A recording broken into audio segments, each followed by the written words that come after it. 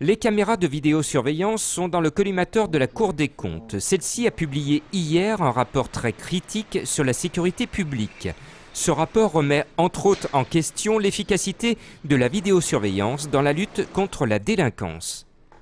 Tous ces rapports montrent qu'aujourd'hui, l'évaluation de la vidéosurveillance sur l'espace public est une évaluation qui conduit à une efficacité quasiment nulle.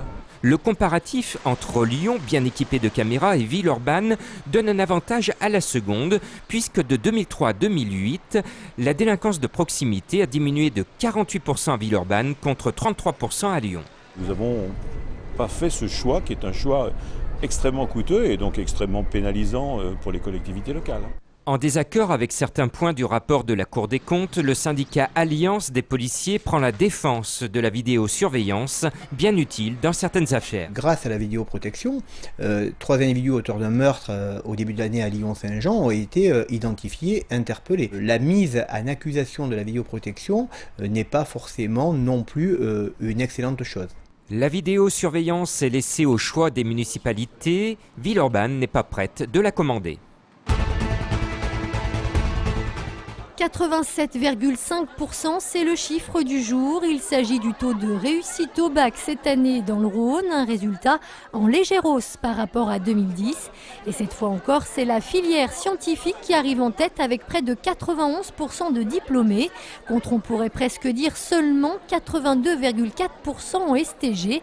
Au total, on enregistre donc 12 000 nouveaux bacheliers dans le département.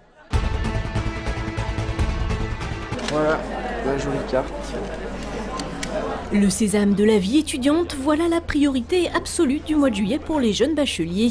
À peine diplômés et munis de tous les documents nécessaires, ces derniers préparent leur avenir à l'université. Ça m'a fait tout bizarre, je me suis dit ça y est, c'est parti, ça change du lycée, ça change, moi je m'en vais de chez mes parents, enfin, c'est un grand changement. C'est quand même une nouvelle étape déjà pour la méthode de comment on va s'y prendre, les cours et tout, ça va être un changement je pense. J'ai choisi le droit, mais ça se trouve je vais pas aimer, ou on a toujours des doutes quoi. Mais je verrai bien. Et justement à Lyon 3 depuis mercredi, au lendemain des résultats du bac et jusqu'à début septembre, une quarantaine de personnes est mobilisée pour accueillir individuellement les nouveaux étudiants dans le parcours de leur inscription. Assurance, photo, frais de scolarité, mais aussi rencontres avec les enseignants de leur filière. Leur première rencontre avec l'université, c'est aujourd'hui pour tous les étudiants qui se trouvent ici.